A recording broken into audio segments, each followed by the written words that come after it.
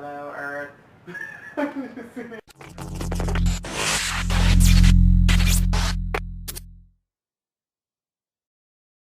Hi Lionhearts! So welcome back to another posting of us being accountable to our 30 for 30 checklist.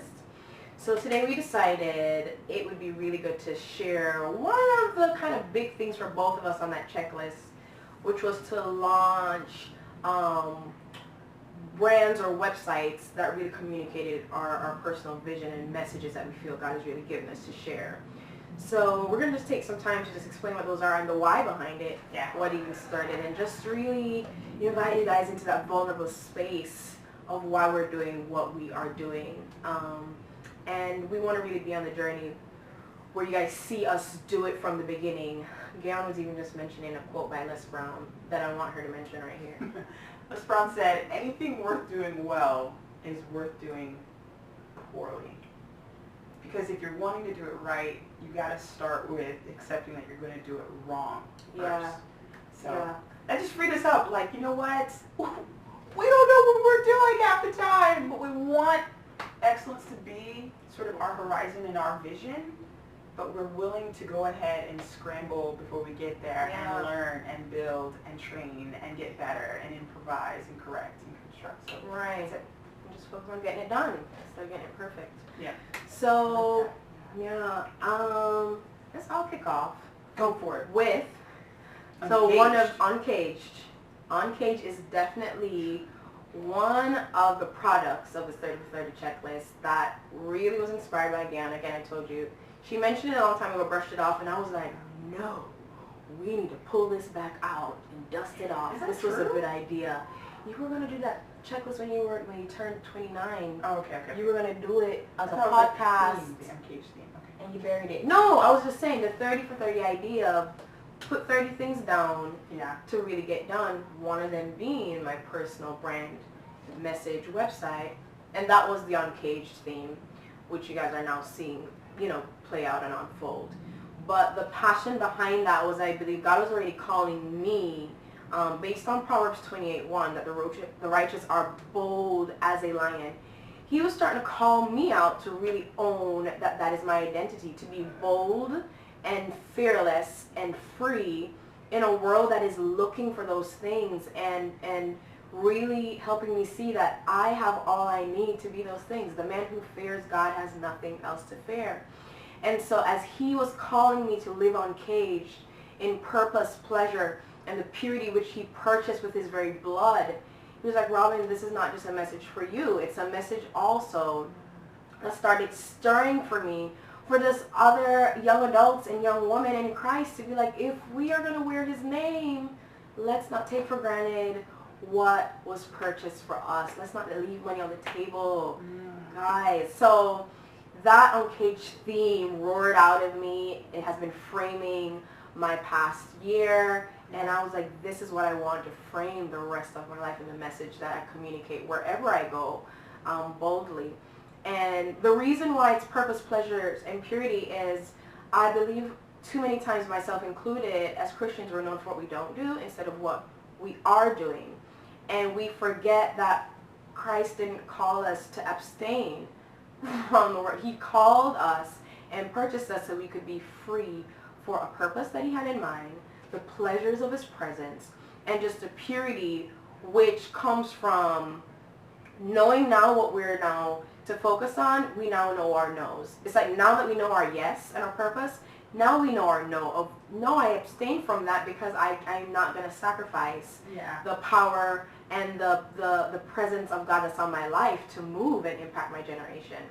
So for me, I believe it's very big that our yes define our no's as Christians. And I see too much that the purity message is teaching women, to just live by the no. And you don't even have a yes for it. So of course your no doesn't last because you don't know why you're saying no. You don't know what you're supposed to be doing. If you're not going to do what we're doing, then what am I supposed to be doing now?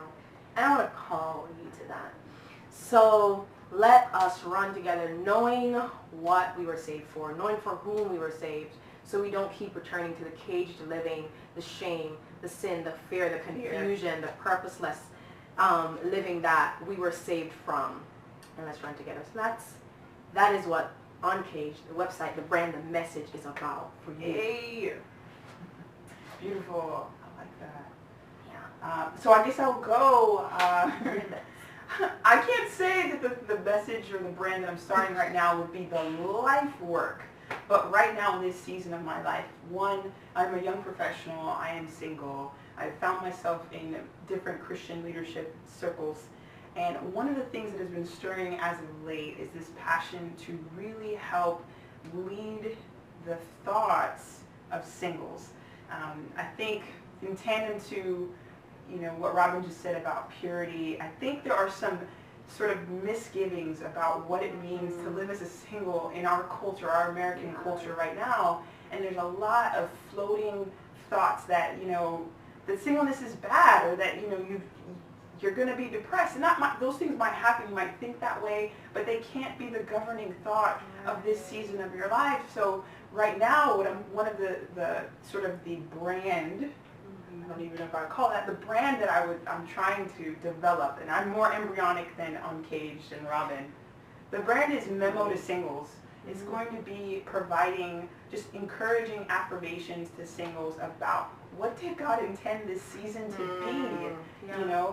Is it just for you to constantly be striving to be married and figuring out what clothes to wear, how to look, and what to say to be attractive, what's appropriate flirting, what's not appropriate flirting, where to go to be found, all of that? Or is it a season where you're supposed to inherently enjoy it and recognize the good in it just as much as someone who is about to be engaged or be married is going to enjoy and see the foresight of a life with that partner? How much more can we enjoy our singleness as well? Yeah. Secondly, it's realizing that singleness doesn't need to default to impurity and foolishness. Singleness is a season where you can live honorably and wisely now. A lot of times people put that off, and they put it off to marriage, and when marriage comes, the kids come, and they realize, oh, well, I have to live wisely, and I have to live honorably because I've taken vows. Yeah. And instead, what they've done is they've dismissed the idea that they can live wisely and honorably before God while they're single. And then thirdly, it's just realizing that singleness is just as rich of a season for love and enjoying your relationships just like marriage is.